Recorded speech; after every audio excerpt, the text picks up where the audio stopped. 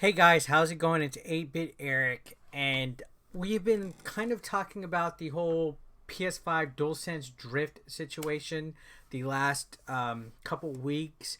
Sony has found themselves in a lawsuit over the controllers, and yeah, it's kind of a gray area. I find the whole situation completely interesting though, because this is something that's been happening the last couple years. Sony is the newest subject to getting sued for consumers saying that they've been negligent, they've been fraudulent, basically creating products to sell to their customers with the intent of having them have to buy a brand new one. You know what I mean? They're selling purposely bad products. Nintendo and Microsoft are also going through the same thing.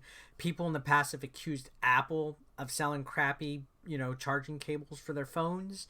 So it is something that cannot be proven.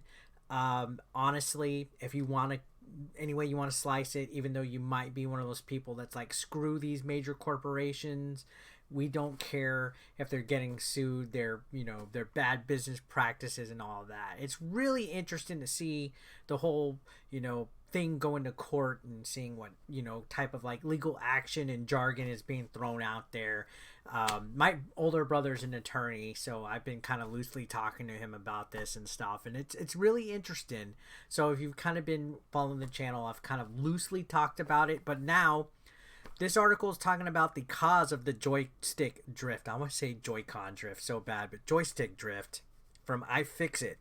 So this is an interesting thing. In the past, some people have speculated to fix Joy-Con drift, you just cotton swab some alcohol and kind of clean it, do some routine maintenance. So let's go ahead and read this. This says, cause of PS5 controllers joystick drift revealed, iFixit. So a teardown of the DualSense controller for the PS5 appears to have zeroed in on several contributing factors to the issue of joystick drift. First, some context. The PS5 launched mere months ago, but it didn't seem to take long before gamers begun reporting stick drift problems. So I think somebody in the lawsuit actually said the same day they had issues with it.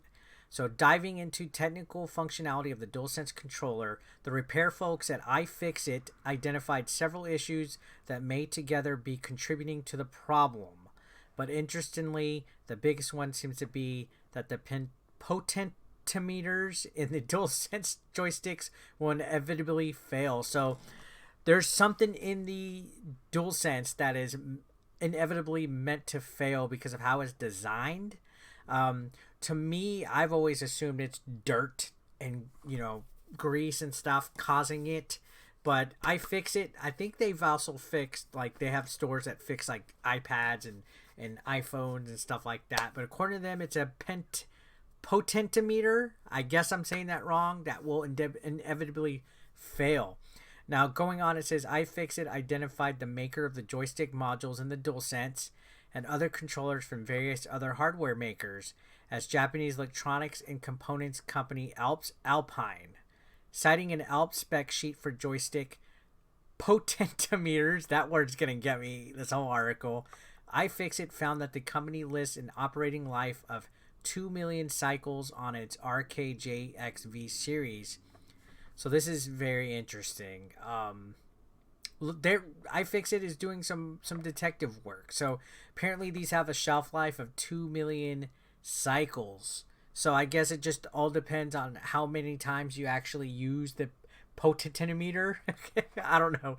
Anyways, continuing on with the article, it says, by iFixit's estimation, after measuring the controller interactions of one of its own engineers, that could mean that someone gaming for 2 hours a day could begin to experience issues in as little as 4 to 7 months, depending on the game.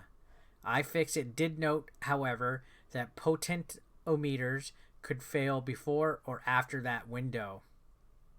So as little as 4 to 7 months depending on the game. So if you're playing something that is very intensive on the controller, like a real hardcore fighting game or something like that, according to iFixit, you could wear down your DualSense 5 very quickly and easily, and that is alarming. Now, again, there's no proof of this. This is all speculation still, I would like to think. I'm not going to say that iFixit is straight up lying, but how many controllers did they test personally?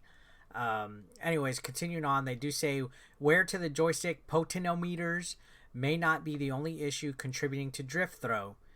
iFixit noted that the plastic stretching, stress on the spring mechanism that helps center the joystick, and grime accumulated with normal use can also contribute to the problem. So this grime, this dirt and grime is what I think is the major concern. In any event, the complicated process of addressing these issues, particularly without soldering tools, is a problem. So yeah, again, there's the grime situation. I honestly think if you just do routine maintenance of your controllers with alcohol and a Q-tip and just kind of like rub along the analog sticks, it helps prevent it or at least slows it down. So take that into account.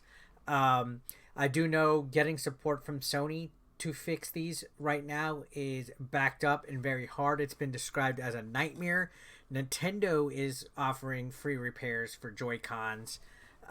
Microsoft, I'm not sure what they're doing as far as repairs go and stuff like that, but the I've always heard routine maintenance with a Q-tip and alcohol will save you wonders, guys. Now let's finish out the article. It says Sony did not immediately return a request for comment about iFixit's findings or the lawsuit related to its warranty agreements. The class action complaint related to the PS5's DualSense controller was filed last week in the U.S. District Court for the Southern District of New York. The primary allegation in the complaint is that Sony is and has been aware of the issue, namely as a result of thousands of consumer complaints. So they're saying they are aware of the complaints. They've gotten thousands of them. They're well aware of it, and they haven't done anything to address it or fix it, which, again, a gray area in my opinion. I could see the argument here, but there's no way to prove that a company like Sony is knowingly sending these out when they first create them to be defective. It also takes aim at what it frames as an arduous customer support process and cost to consumers that Sony reportedly does not reimburse them for. Even for in-warranty repairs for drift, customers have to pay for shipping the controller to a Sony repair center, a cost that varies based on a number of factors, including location and the total weight of the package, and Sony does not reimburse customers for these shipping costs. So yeah, that's one of the complaints, is that Sony's not offering the shipping for free either. As a result of Sony's unfair, deceptive, and fraudulent business practices, owners of DualSense controllers, including plaintiff, have suffered an ascertainable loss, injury in fact, and otherwise have been harmed by Sony's conduct. So I am going to continue following this. Again, very interesting developments. It's something brand new to the world of gaming if you think about it. Nobody used to do this back in the Super Nintendo or Atari days or anything like that. Let me know your guys' thoughts in the comments section down below. I'd love to hear what you guys have to say. Thank you for watching. I'll see you guys on the next one.